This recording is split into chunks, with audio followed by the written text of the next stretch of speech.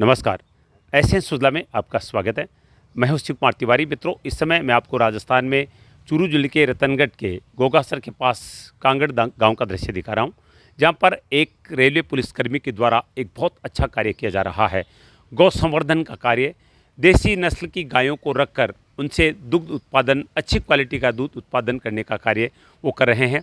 5-6 गायों से उन्होंने कार्य शुरू किया था। आज 50-60 गायें उनके पास गायें हैं जो बहुत अच्छा दूध देती है और अच्छी क्वालिटी का, जो सेहत के लिए अच्छा वो दूध देती है। साथ में उन्होंने एक बहुत अच्छा कार्य किया है, जो प्राचीन पद्धति हमारी तेल उत्पादन करने की है।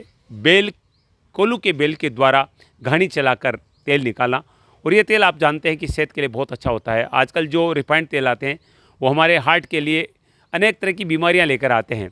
ऐसे में एक अच्छा कार्य हमारे बाबूलाल जी ढाका ने किया है, और आज मैं आपको दिखाता हूं कि किस तरह से वो कार्य कर रहे हैं, कितनी मेहनत कर रहे हैं, और आप लोगों को बहुत अच्छा दूध और तेल उपलब्ध कराने का एक संकल्प लेकर आए हैं। तो आइए कांगड़ गांव से आज के इस प्रेरणादायी कार्यक्रम का अवलोकन करते हैं। राजस्थान में रतनगढ़ तहसील के गोगासर के पास स्थित कांगड़ गांव का दृश्य आप देख रहे हैं, जहां पर एक फौजी किसान के द्वारा गौ संवर्धन का कार्य किया जा रहा है। बहुत ही अच्छी नस्ल की गायों की सेवा करके उनसे उत्तम क्वालिटी का दूध अर्जित किया जाता है, ताकि लोग स्वस्थ रहें और अच्छा जीवन व्यतीत कर पाएँ। विशुद्ध देसी गायों का दुग्ध यहाँ पर उत्पादन किया जाता है इन गायों के माध्यम से। कांगड़ गांव के बाबूलाल जी ढाका बहुत अच्छा कार्य कर रहे हैं गाय की नस्ल के सुधार का और स्वास्थ्यवर्धक कच्ची घानी तेल उपलब्ध करवाने का। घानी चलाने के लिए बैल को तैयार किया जा रहा है। मैं आपको बता दूं, प्राचीन काल में इसी तरह से बैल से घानियाँ चलाई जाती थी और वो एक पौष्टिक तेल उससे निकाला जाता। वही पद्धति यहाँ पर कांगड़ में ढाका जी अपना रहे हैं। कांगड़ गांव के बाबूलाल जी ढाका बहुत अच्छा कार्य कर रहे हैं गाय की नस्ल के सुधार का और स्वास्थ्यवर्धक कच्ची घानी तेल उपलब्ध करवाने का।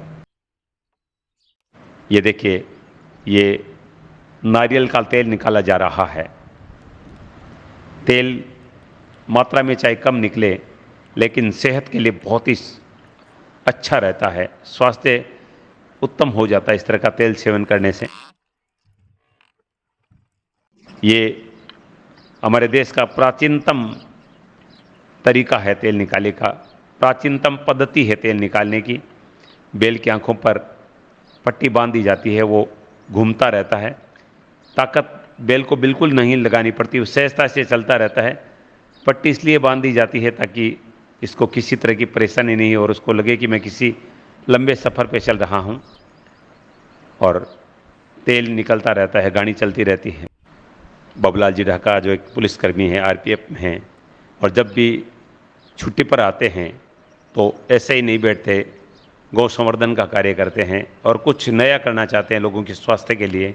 और इसी श्रृंखला में उन्होंने ये बैल चलित प्राचीन पद्धति वाली कच्ची घानी लगाई है, जिससे लोगों को अच्छा पौष्टिक और शुद्ध तेल मिले।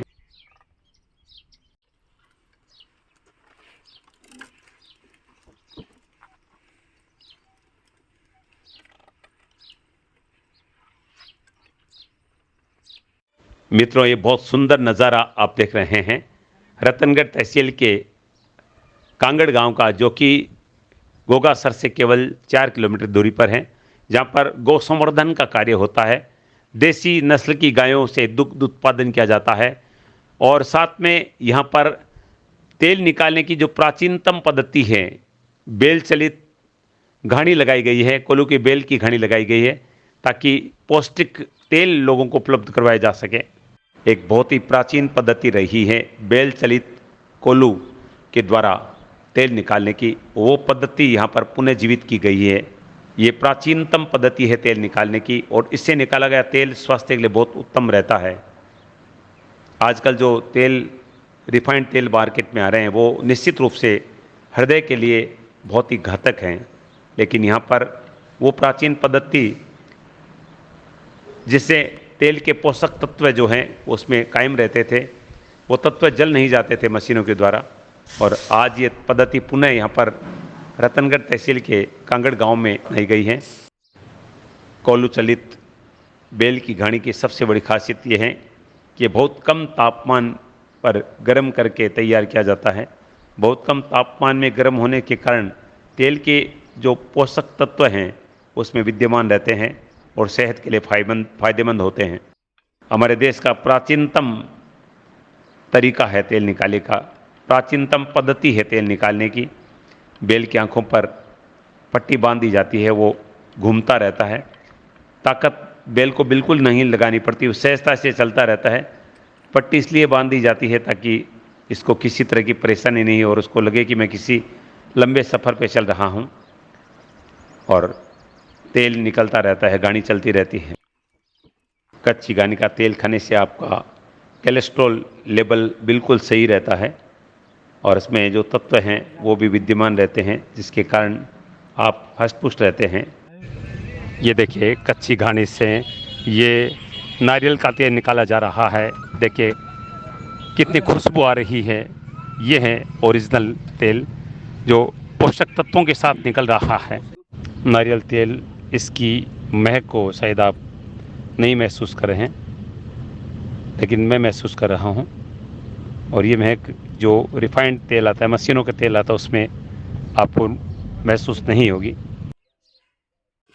तेल निकालने के बाद में इन तिलहनों का जो चूरा बच जाता है, इन्हें गाय बैलों को खिलाते हैं। ये बहुत पौष्टिक आहार होता है और इससे दूध बहुत ही गुणवत्तापूर्ण हो जाता है।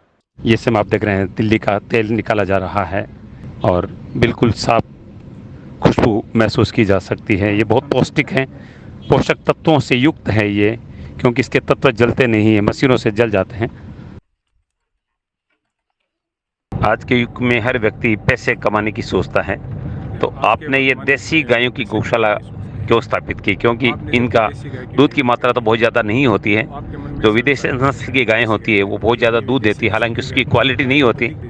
फिर भी आपने कमाई की नहीं सोच के क्वालिटी की सोची है, बताएं इसके बारे में। जी जी, जय गौ माता, जय गोपाल। मैं बाबूलाल, गांव कांगड़ से।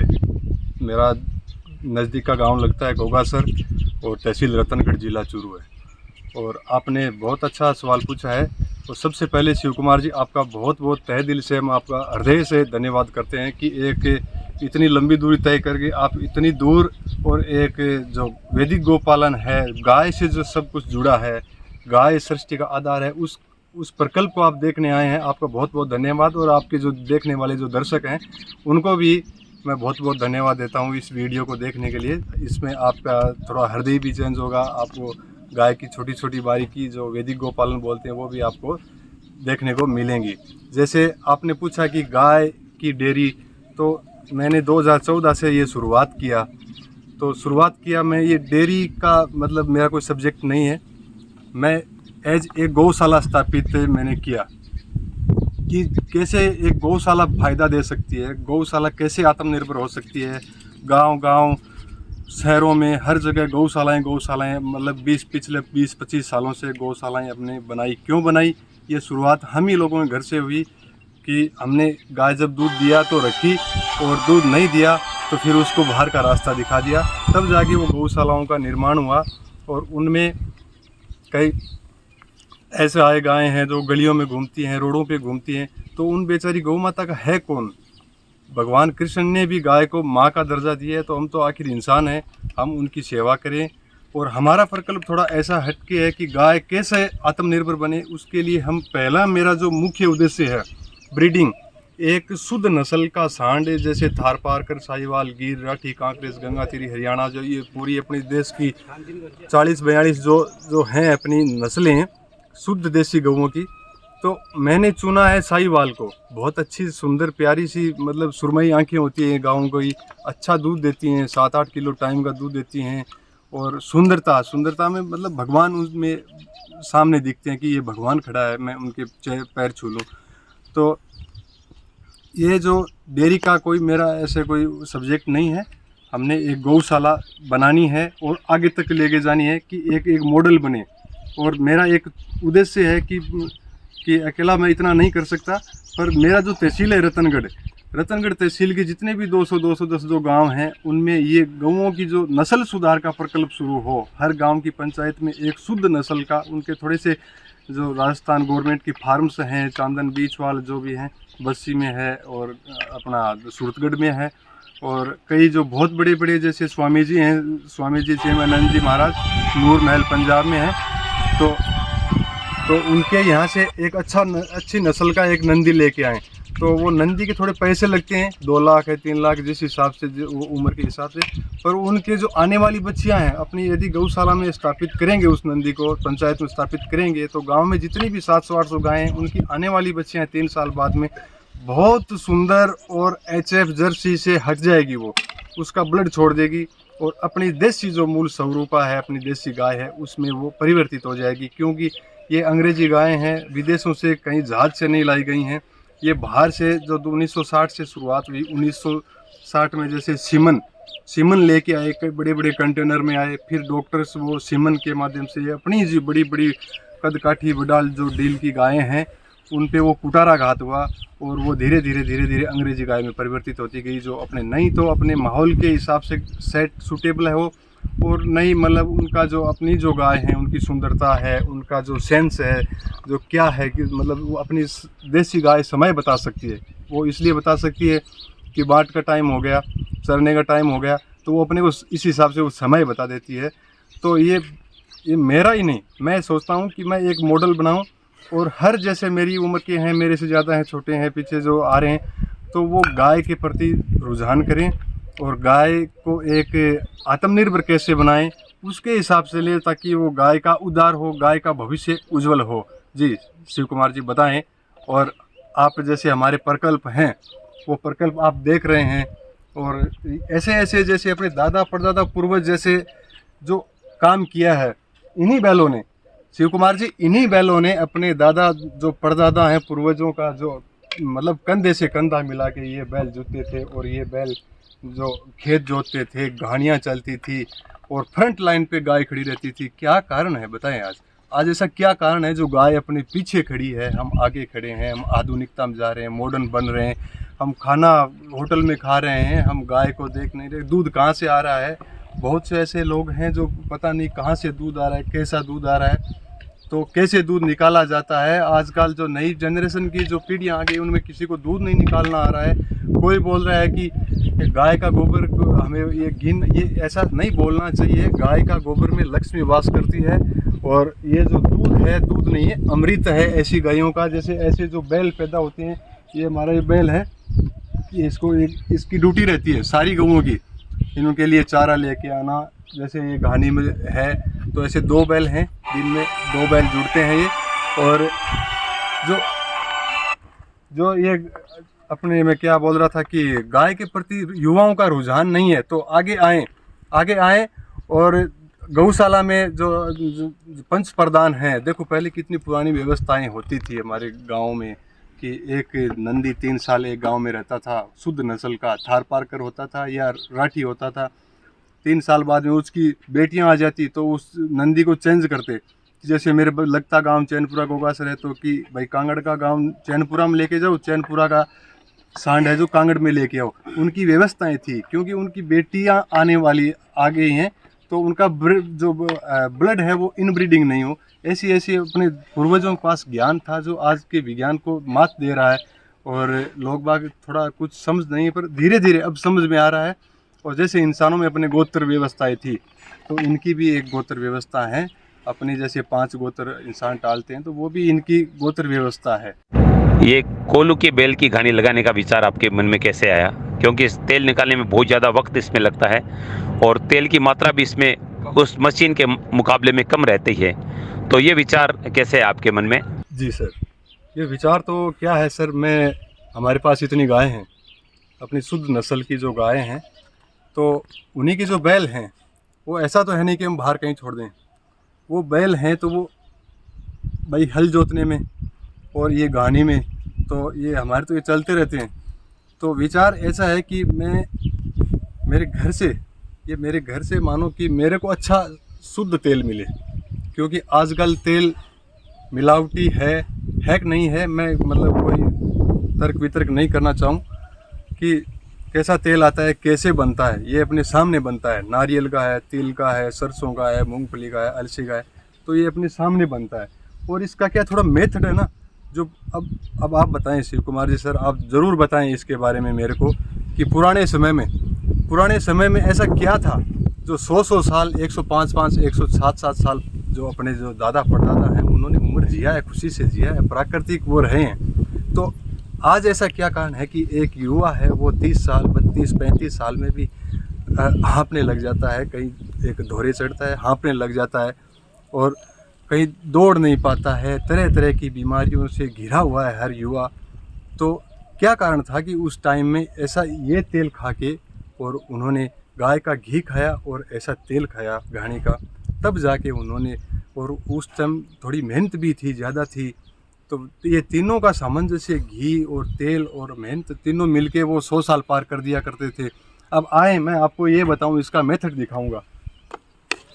अब इसका मेथड ये है, इतना स्लो, जैसे अपने वुमेन बॉडी का टेम्परेचर होता है 97 फ़ारेनहाइट बोल दो या 37 डिग्री बोल दो, इसमें टेम्परेचर रहेगा सिर्फ 18 से 20 का इसमें टेम्परेचर रहेगा। तो वो अपने बॉडी के अनुकूल है, गर्म नहीं होगा।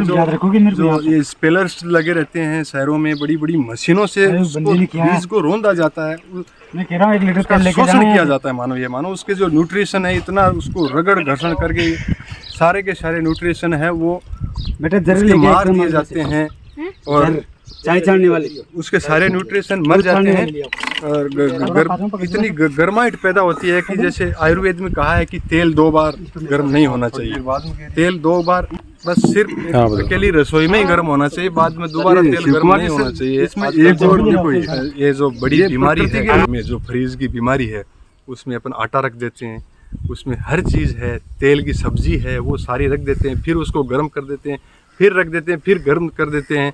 तो वो 3-4 बार जो गर्म होता है, तो वो जैसे राजीव दीक्षित जी बोलते हैं कि आयुर्वेद में भी लिखा है, तेल को 2 बार गर्म कभी ना करें। जैसे ये ठंडा तेल है, इसको कोल्ड प्रेस भी बोलते हैं, एक अंग्रेजी नाम है, और इससे बेहतर पूरी दुनिया में कोई दूसरा मेथड नहीं है, इससे बेहतर कोई मेथड नहीं है। मैं आप सभी दर्शकों को भी ये कहना चाहूँगा, और मैं एक छोटी सी एक मेरी मुहिम है, शुद्ध देसी गौओं की, हर गांव में गायें फैलें, और हर गांव में ऐसी एक घानी या 2 घानी हो, तो ये मान के चलो कि वहाँ पे जो 4 बैल हैं उनकी भी ड्यूटी बनेगी, और वो भी आत्मनिर्भर बनेगा। और ऐसा कुछ नहीं है इसमें कोई बैल को जोर आता है, नहीं, 0% उसमें बैल को बस घूमना है, इतना है। थोड़ा सा ये जो हमने बैल के जो पाटा ऐसे बांध के रखते हैं कि इसको चक्कर ना आए, और वो घूमते रहते हैं। ये तो ये युगों से, सदियों से चलता अपने भारत देश में आ रहा है, और बैलों से घाड़ियाँ चलती थी, बैलों से तेल निकलता था। और मेरा ये इसी कारण कि मेरा परिवार और मेरा समाज ये तेल पहुँचे और स्वस्थ रहे, बस इसी उद्देश्य के साथ हमने ये घानी लगाई है। और बहुत पुरानी है, मेरे को बहुत मशक्क़त करने के बाद मेरे को मिली है। 1955 में ये मेड इन है, बनावट है जो 1955 में है। इसका जो ये नीचे वाला जो है ये फोर्स, ये है नीम की लकड़ी है, ये नीम की लकड़ी है। और आयुर्वेद में नीम को कितना औषधियों का जो एक भंडार माना है, हल्दी को और नीम को बहुत बड़ा एक भंडार है। तो ये इसमें नीम की है और ये बबूल की है। और ये बोलते हैं ना, मर्दनम बलवर्धनम, ये धीरे धीरे घूमती है, धीरे धीरे घूमती है। तो धीरे धीरे जैसे भिलोया गया हो या धीरे धीरे कोई काम किया गया हो, वो सब उसमें ताकत मिलती है, उसमें बल मिलती है। कोई काम शॉर्टकट ना करें दोस्तों, कोई काम तेज़ गति से ना करें, जो काम जो प्रकृति पे जो होते हैं उसी हिसाब से करें। और ये 1955 की बनी हुई है, और 6 महीने मैंने घूमते घूमते इसके लगाए और इधर उधर फ़ोन किया दोस्तों को।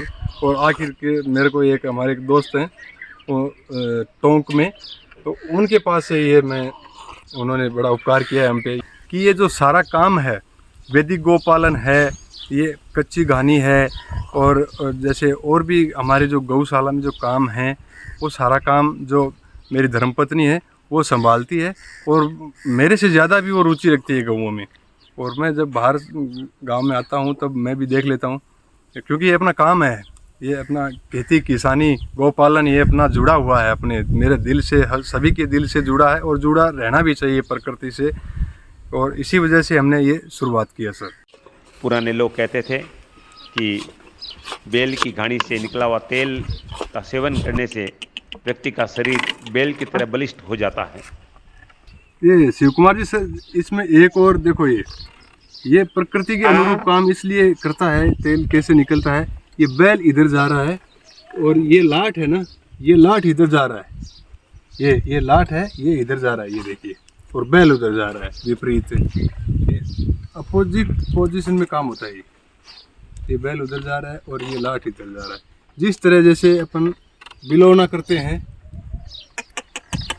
और जिस तरह जैसे मैं आपको ये बता रहा हूँ, जैसे अपन पानी निचोड़ते हैं तो ये मेथड रहता है। मैं आपसे निवेदन करूंगा प्रकृति के हिसाब से तेल कि निकलता है, जहाँ तक हो सके आपके निकल रहा है। कच्ची घानी का तेल ही प्रयोग ऐसा करें। मशीनों में आजकल नहीं जो होता। हार्ट की बीमारियां चल रही है, कोलेस्ट्रॉल मशीनों से लोगों तेल का बढ़ निकलता है, रहा उसमें है, नहीं होता है। ब्लॉकेज जैसी समस्याएं लोगों के सामने आ रही है, उसका एकमात्र कारण है ठंडा तेल है। रिफाइंड तेल खाते हैं, जो शरीर के लिए बहुत नुकसानदेह होता है, फेफड़ों के लिए बहुत नुकसान देता है और एक कोलेस्ट्रॉल को बढ़ा देता है। लेकिन कच्ची घानी का तेल प्रयोग करने से व्यक्ति बलिष्ठ होता है, ताकतवर होता है। ये देखिए बाबूलाल जी के हाथ में पात्र हैं, जिसमें आप देख सकते हैं सरसों और नारियल का तेल है। इसके अलावा तिल्ली और मूंगफली का तेल भी आप निकालते हैं, और ये सब जो बेल चलित घानी से निकाला जाता है। ये सर, ये सरसों का है यार और कौन ये नारियल का है। है शहद जैसा है। और आप हम ये बताना चाहते हैं कि इससे जो पूरे वर्ल्ड में कोई उत्तम क्वालिटी नहीं मिलेगी तेल की, इससे ज़्यादा तो और क्या बताएं। और हम जैसे और भी गौ पालक भाई हैं, वो भी ऐसी शुरुआत कर रखी हैं, और ऐसा पूरे, मैं अकेला ही नहीं, और हर गांव में, हर जो गौशाला में भी होना चाहिए। गौशाला में बहुत बछड़े हैं, एक घाड़ियाँ स्थापित होनी चाहिए गांव में, ताकि बैल का भी उद्धार हो, वो भी अपना जो एक ड्यूटी लगे उसका भी भरण पोषण हो, क्योंकि वो कोई ऐसा शोषण नहीं है, वो बैल बच रहा है, हम उसकी सेवा कर रहे हैं। यहाँ की सबसे बड़ी विशेषता है, यहाँ पर साहीवाल नस्ल की गायों का संवर्धन किया जा रहा है। नस्ल है गाय की जो भारत और पाकिस्तान में पाई जाती है। ये गाय जो कि भूरे रंग की होती है, गहरा शरीर, ढीली चमड़ी, छोटे सींग, इनकी प्रमुख विशेषताएं होती है। इसका शरीर साधारणतः लंबा और मार्शल होता है। इनकी टांगें छोटी होती हैं, स्वभाव कुछ आलसी, और इसकी जो खाल हैं वो चिकनी होती है और पूंछ पतली और छोटी होती है। लेकिन इसका दुग्ध जो है वो बहुत सेहतमंद होता है। बाबूलाल जी जो कि एक पुलिसकर्मी हैं, बहुत प्रेम है गायों के प्रति। देखिए किस तरह से सहला रहे हैं, जिस तरह से कोई अपने बच्चों को सहलाता है, और गायें बहुत प्रेम करती है इनसे।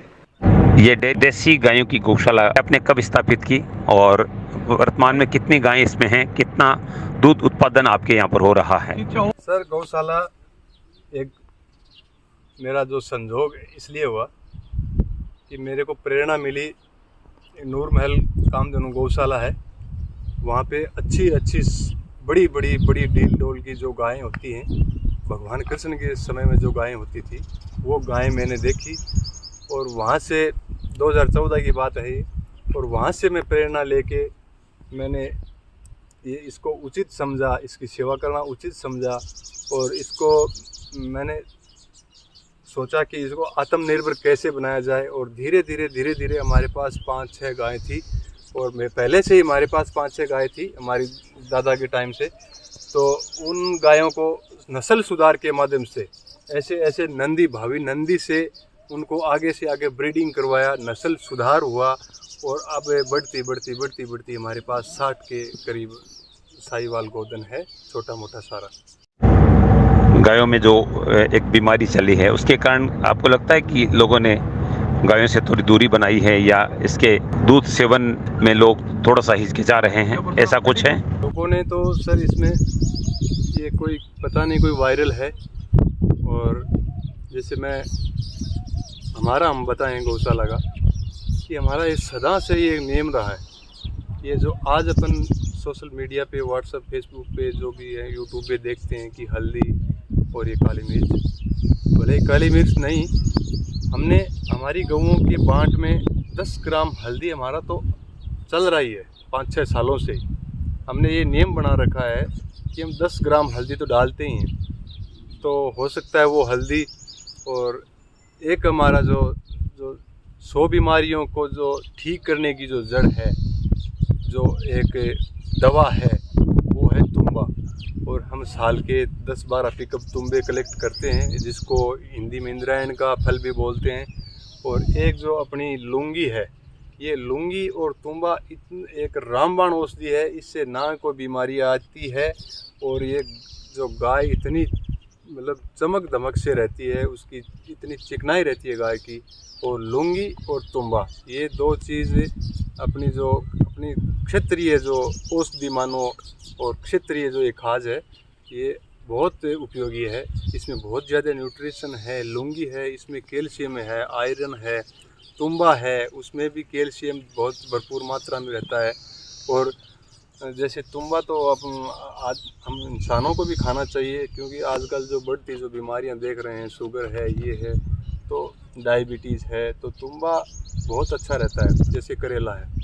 और ऐसा कुछ नहीं है कि गायों से कोई दूरी, उन जो किसान पाल के गोपाल को भाई किन्हीं के पास जो मिक्स ब्रीड है, कोई अंग्रेज़ी है किसी के पास, तो वो अपने अपने हिसाब से उनका जो आयुर्वेद है वो अपना इलाज करें। और हमारे ऐसा कुछ नहीं है, ऐसा कुछ नहीं है। और अब तो धीरे धीरे कम भी होने लग गया है। पर जो आपको बता रहा हूँ कि अब ये इतनी बड़ी बड़ी गायें हैं हमारे पास, तो उनका इम्यून जो सिस्टम है वो भी तो मजबूत होगा। तो उसी इम्यून सिस्टम के हिसाब से वो आराम से अपनी खुली चरती हैं, घूमती है, फिरती हैं। और उनका जो एक मैंने 20-25 बीघे का जो अड़ावा है, उसमें अड़ावा में खुली चरती हैं, कोई दिक्कत नहीं है। ये हमारे जो नंदी महाराज हैं, ये हमारा ब्रीडिंग बुल है। इसी की जो बच्चियां हैं वो आगे जो अच्छी अच्छी गायें बनेंगी। और ये हमने 1,65,000 में ख़रीदा था स्वामी जी से। साहिवाल हैं और प्योर जो करैक्टर होते हैं साहिवाल के, वो सारे इसी में हैं। और ये एक संरक्षित किया हुआ एक गुरुजी का वो बीज है। और ये अब अपनी आगे जनरेशन फैलाने में अपना जो भूमिका है वो निभाएगा। गायें स्वस्थ रहे, अच्छा दूध दे, इसके लिए आप क्या ध्यान रखते हैं इनका? क्या इनको खिलाते पिलाते हैं? जी सर, जो बता रहा हूँ, हमारा जो मेन इनका जो दवा है आयुर्वेदिक, तुम्बा और लुंगी है, वो हम सीजन में वो कलेक्ट कर लेते हैं। और दूसरा यूरिया DAP से तो हम एकदम दूर हैं। यूरिया DAP का जो है वो थोड़ा बहुत जो अपनी जो गेहूं की सीज़न आती है, उसमें जो वो तूड़ी जो लोग बाग करते हैं, तो वो थोड़ी सी मजबूरी है हमारी, उसमें भी हम आगे सुधार कर रहे हैं। और बाकी हम कुत्तर है, अभी कुत्तर हैं, तो ये जो खुंडिया जो ये गांव है, ये आगे जो सरदार सर से आगे जो गांव है, वहाँ पे देसी बाजरा होता है। तो वो बाजरा देसी होता है, उसकी हम कुत्तर मंगवा लेते हैं, वहाँ से कुत्तर ले के आते हैं, वो देसी है, कोई दिक्कत नहीं है। और इनका जो दूध है, ऐसा तो है नहीं कि हम जो खिलाया वो गाय उसको पवित्र जो अमृत तुल्य जो करके दे देगी, ऐसा नहीं है। इनको अच्छा हम खिलाते हैं, जैसे चारा, हरा चारा काटते हैं मशीन में से, तो उसमें नीम डालते रहते हैं, नीम, तो नीम की पत्तियाँ भी वो ग्रहण करती रहती हैं। तो सारा चारों तरफ से, जैसे गाय खुली घूमती है, अब खुली घूम के चर के आ रही है, तो कभी बुई के मुँह मार लिया, कभी सिणिये के मुँह मार लिया, कभी खींच के मुँह मार लिया। तो जिनकी उनकी वो तलब है, उसी हिसाब से वो अपनी आवश्यकता पूरी कर लेती है, और वो जो दूध में कन्वर्ट करके हमें वो एक अमृत मिलता है। ये सर प्योर करैक्टर साहिवाल के हैं। अब इससे सुंदर कहीं गाय आपको मिले तो बताना। सबसे सुंदर एकदम शांत स्वभाव की है। खासियत मैं बताऊं, इनकी आंखों पे आप अपना कैमरा लेके जाएं, आंखों पे जैसे नींद में सो रही है, जैसे ये नींद में सो रही है। तो ये अपने पुराने समय में एक कहावत है कि सूदी ढोरी, तो जो मतलब ये सूदी ढोरी का गाय से ये शुरुआत हुआ है कि जैसे गाय जैसे नींद में से लगे अंदर बैठी हो, जैसे हमारा जो आपने बुल सांड देखा, तो वो एकदम शांत रहेगा। वो कोई दूसरा आदमी पास में आएगा तो वो प्यार ही बांटेगा, वो दुश्मनी किसी से नहीं करेगा। तो ये गाय है, अब इनकी आंखें देखो, ये सो रही है नींद में। तो एक तो ये खासियत है। एक पूरा जो अंग्रेजी में ये ड्यूलिप बोलते हैं, और जैसे एक कंबल है, अपने जो भाषा में कंबल बोलते हैं, ये कंबल पूरा पीछे तक पूरा का पूरा लटका हुआ है और एकदम चिकनी है, मतलब पूरी एकदम चिकनी है। जो चमड़ी है, मक्खी भी नहीं बैठती है और लंबा पूंछ रहता है। और अभी ये ब्याने वाली है, और ये पहली बार भी आई थी तो 7.5 लीटर दूध दिया था। और देसी गाय में इतनी अपेक्षा करना बहुत बड़ी बात है। पर हमने जो नस्ल सुधार किया, उसका जो स्वरूप चेंज किया है, इनको प्योरिटी में लाए हैं, तो जैसे जैसे प्योरिटी में आ रही है तो वैसे वैसे दूध भी बढ़ रहा है। कि गाय की माँ का दूध कितना था, माँ कितनी सुंदर थी, गाय के जो बाप सांड है उसकी माँ का कितना दूध था, वो कितनी सुंदर थी। तो ये एक जो जेनेटिक है, जो पीढ़ी दर पीढ़ी आगे ट्रांसफ़र होता रहता है। जैसे बड़ी गाय के इतना बड़ा लेवटा ऊस होता था, तो वो अपनी जो आगे आने वाली जो बछिया है वो आगे माँ बनेगी, तो वही वो लेवटा वो धारण करेगी और वैसी सुंदरता में रहेगी। और बाकी आप इनके खुर नहीं बढ़ते। और चीचड़ी, हमारे तो पूरी गौशाला में कहीं चीचड़ी है ही नहीं, और मक्खी को ये बैठने नहीं देती। तो अब इसको छोड़ के कहाँ जाएं, बताएं। सर जानकारी तो ये है कि जो अंग्रेजी गोवंश है उसकी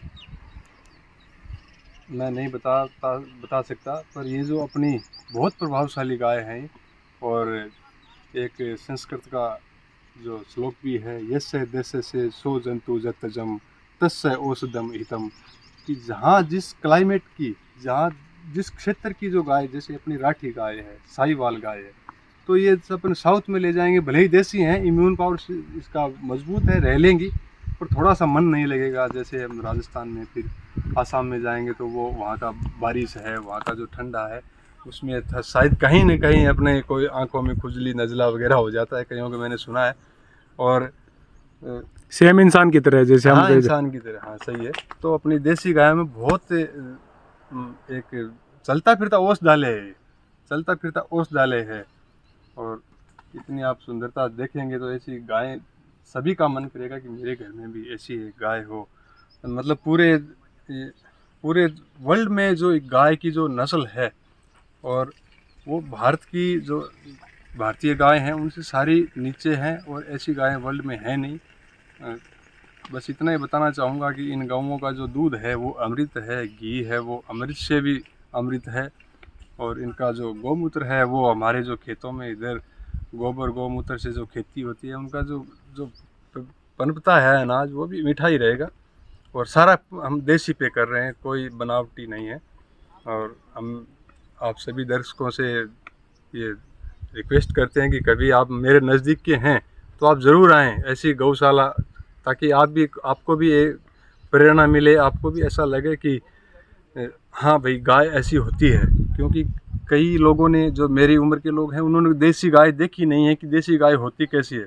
एक बार देखें देसी गाय को, देखने के बाद में ऑटोमेटिकली आपको समझ में आ जाएगा कि ये जो देसी गाय है आज हमने देखी है, ऐसी गाय हम अपने गाँव में, घरों में, घर आंगन में रखें, ताकि उससे उनको पूरा का पूरा बेनिफिट मिलता रहे। गाय क्या है, अपनी गोचर भूमि में खा पी के मानव का हित करना है, इतना ही काम है। और सभी से ये रिक्वेस्ट करता हूँ कि आएँ कभी देखने, और हम जो जिस मॉडल पे काम कर रहे हैं वो भी आप भी सीखें और दूसरों को भी सिखाएं। और हमारे जो छोटी छोटी गौ पालन का जो हमारा एक छोटा सा यूट्यूब चैनल भी है, और उनको सबको बताते रहते हैं। पर मेन ये उद्देश्य है कि रतनगढ़ तहसील के जो भी 200 गांव हैं उनमें ये गौओं की जो मुहिम चले, और एक गांव की पंचायत में एक बढ़िया नस्ल का, सही साहिवाल ले लो या थारपारकर ले लो या राठी ले लो, ये तीनों ही अपनी क्षेत्रीय नस्ल हैं। एक हरियाणवी भी है जो थोड़ा हरियाणा और झुंझुनू चूरू उधर राजगढ़ साहिब नो वादरा उधर रहता है। तो उन चारों नस्लों पे कौन सा भी एक नंदी अपने गांव की पंचायत में या गौशाला में स्थापित करें, ताकि अपनी गौशाला है या गांव में जो गायें हैं उनका भविष्य उज्जवल होए, और वो एक घाटे का नहीं फायदे का सौदा बने सभी के लिए। जय गौ माता, जय गोपाल। बाबूलाल जी ढाका, अपने खेत में आपने ये देसी गायों के माध्यम से दूध उत्पादन किया जाता है। कांगड़ गांव के बाबूलाल जी ढाका बहुत अच्छा कार्य कर रहे हैं। गाय की नस्ल के सुधार का। ये गाय 10 से 16 लीटर तक दूध देने की क्षमता रखती है। इस गाय के दुग्ध में पर्याप्त वर्षा होती है। ये विदेशी गायों की तुलना में दूध कम देती है, लेकिन इन पर खर्च भी काफ़ी कम होता है। साहीवाल की खूबियों और उसके दूध की गुणवत्ता के चलते वैज्ञानिक इसे सबसे अच्छी देसी दुग्ध उत्पादक गाय मानते हैं। यहाँ पर साहीवाल नस्ल की गायों का संवर्धन किया जा रहा है। ये बछड़ा आप देख रहे हैं थारपारकर नस्ल का है और ये 2 बछड़े साहीवाल नस्ल के हैं। जब बाबूलाल जी ने शुरुआत की थी तो 5-6 गाय थी, आज 50-60 गायों की संख्या इनके पास हो चुकी है, जिनमें थारपारकर नस्ल के बछड़े, गाय, बैल सब कुछ हैं। ऊंचाई से पूरी गौशाला का, पूरे खेत का नज़ारा आप देख रहे हैं, जहाँ पर अनेक नस्ल की गायें हैं और ये बैल चलित घानी चलाई जा रही है। बहुत मेहनत करते हैं बाबूलाल जी ढाका, जो कि रेलवे पुलिस में हैं।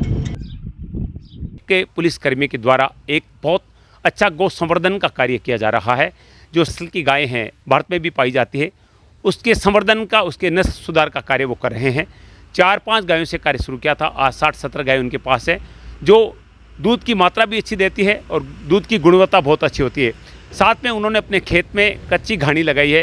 प्राचीन जो पद्धति होती थी बैल के द्वारा चलित घानी, और इस कोल्हू के बैल की घानी से वो हर तरह का तेल निकालते हैं, नारियल का, सरसों का, तिल्ली का, मूंगफली का, और ये तेल बहुत गुणवत्तापूर्ण होता है। इससे तेल कम मात्रा में निकलता है, लेकिन इसकी क्वालिटी बहुत अच्छी होती है। आज जो हार्ट की बीमारी हो रही है वो तेल के कारण हो रही है। हम जो कोलेस्ट्रॉल युक्त तेल खा रहे हैं, जो रिफाइंड तेल के नाम से बेचा जाता है, वो आपके हृदय के लिए बहुत खतरनाक होता है। तो अगर आप ये तेल चाहते हैं, ये शुद्ध दूध अगर चाहते हैं, तो मैंने बाबूलाल जी ढाका के नंबर इस पर डाले हैं, क्योंकि वो अपने खेत में ये गौशाला और ये गाड़ी संचालित करें, तो आप उनसे संपर्क कर सकते हैं। एशियन सुधा के लिए मैं शिव कुमार तिवारी, अपने सहयोगी विवेक तिवारी के साथ आप सबका धन्यवाद। नमस्कार।